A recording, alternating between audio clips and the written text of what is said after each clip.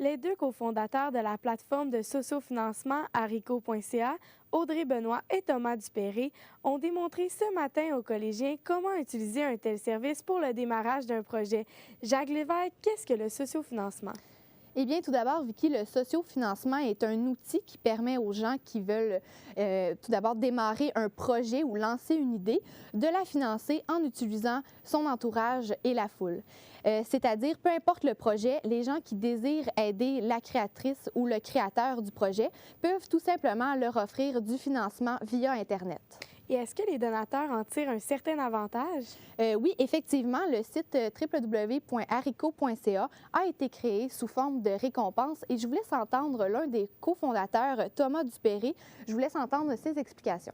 Arico utilise le modèle de contribution en échange de récompense. Où est-ce qu'on demande aux contributeurs de contribuer au projet, puis on leur donne une récompense en échange. Fait que c'est pas une donation, on ne quête pas de l'argent, on fait juste, c'est une espèce de vente de services ou d'objets. Et est-ce que la majorité des projets réussissent à trouver le financement nécessaire? Oui, puisqu'avant d'être publié sur le site Internet, les projets ou l'idée qui est lancée doit tout d'abord être acceptée et validée pour ensuite, parce que les projets et les récompenses qui vont être offertes aux donateurs doivent être avant tout réalistes. Les deux cofondateurs qui ont fondé le site ensemble sont très satisfaits de voir que les projets réussissent comme ça. Et je vous laisse entendre encore Thomas Dupéré s'expliquer à ce propos.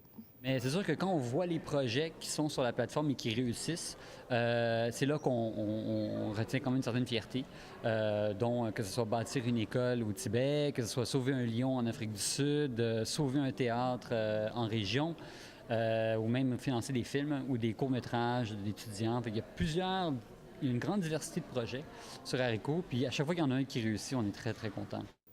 En terminant, les fondateurs ont-ils l'intention de parfaire leur plateforme Internet?